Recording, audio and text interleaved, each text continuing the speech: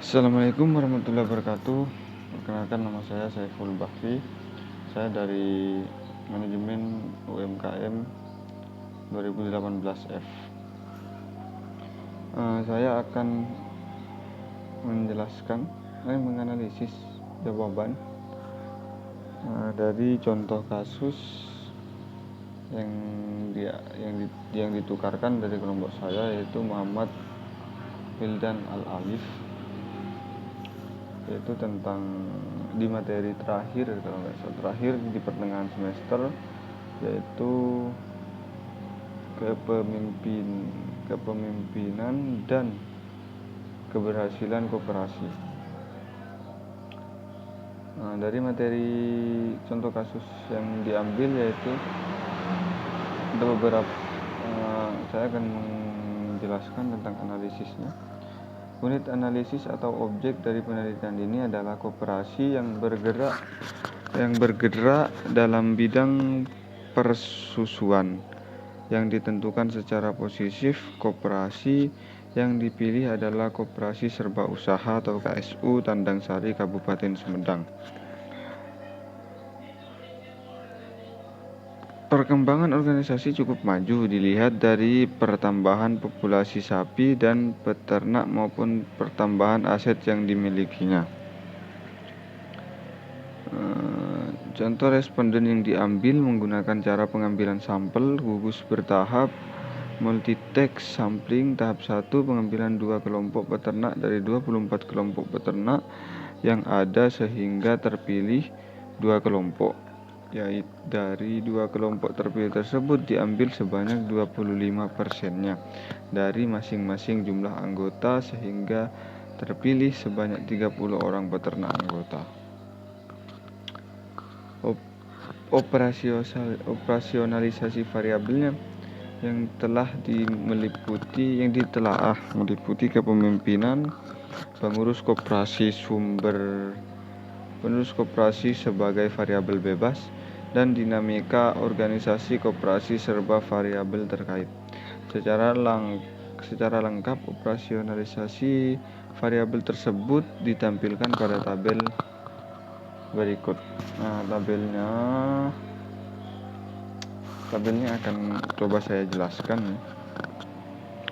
Tabel ini berisi dan tabel 1 variabel,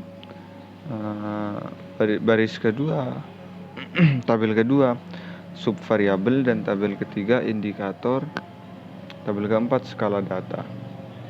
Untuk yang variabel 1 ini kepemimpinan pengurus koperasi yang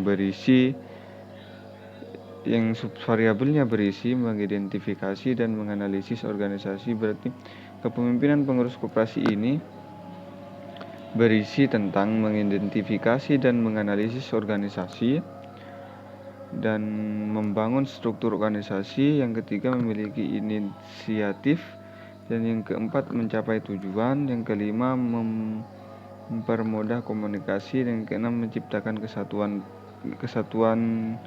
kesatupaduan.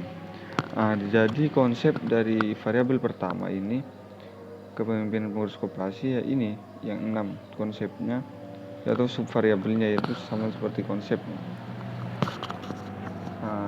Indikatornya yaitu dalam mengidentifikasi indikator yang pertama tadi, mengidentifikasi dan menganalisis organisasi, berisi tentang pengetahuan keadaan organisasi dan pengerjaan analisis SWOT, pengetahuan tujuan organisasi dan anggota. Dan yang kedua tadi, membangun struktur organisasi, ada 2 bagian, yaitu pengaturan organisasi, pembatasan, dan pembagian peran. Dan yang ketiga, memiliki inisiatif. Ini ada 2 bagian. Ya, 2 bagian. Pemberian gagasan baru, penciptaan kegiatan. Ini yang ketiga. Dan yang keempat, pencapaian tujuan.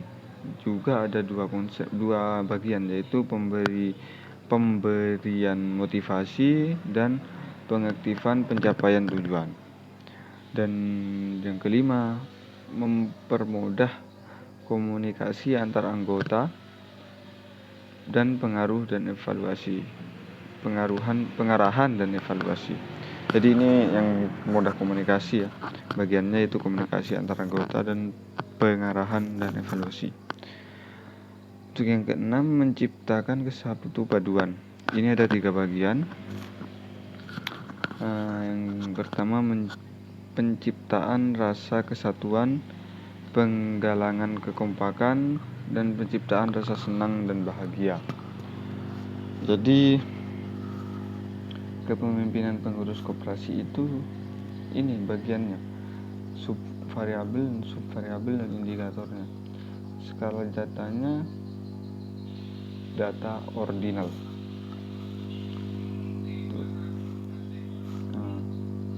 Untuk selanjutnya yaitu dinamika koperasi. Ini dinamika organisasi koperasi. Yang pertama itu ada tujuan koperasi, ada 3 bagian. Yang pertama kejelasan tujuan, yang kedua kesesuaian tujuan, dan yang ketiga keformalan tujuan. Untuk yang kedua ada fungsi, tugas, dan koperasi, itu ada 3 bagian juga. Yang pertama mencari dan memberi informasi, yang kedua mengadakan koordinasi, yang ketiga memperjelas permasalahan. Dan selanjutnya yaitu pembinaan dan pemeliharaan koperasi. Itu ada 3 bagian juga. Ada pembagian tugas, meningkatkan kemampuan beternak, memelihara gairah dan prestasi. Untuk peraturan dan sanksi, itu ada 3 bagian juga. Yang peraturan mudah dimengerti, penerapan sanksi positif, dan penerapan sanksi negatif. Selanjutnya penerapan fasilitas, ada 3 juga. Fasilitas bidang peternakan, fasilitas bidang pemasaran, fasilitas bidang keorganisasian. Untuk tekanan dalam organisasi itu ada 2 bagian, yaitu tekanan dari dalam dan tekanan dari luar organisasi.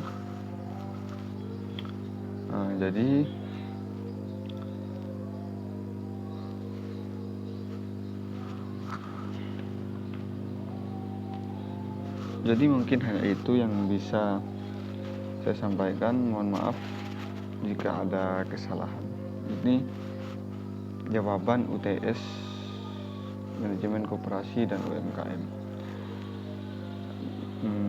Baik dari tutur sapa atau dari kamera pencerahan yang mungkin tidak jelas, itu mohon maaf karena kurangnya fasilitas di sini tentunya. Dan juga sedikit berisik karena saya ada di pinggir jalan. Maksudnya rumahnya itu pas berada di pinggir jalan, jadi agak berisik. Jadi sekian dari saya. Wassalamualaikum warahmatullahi wabarakatuh.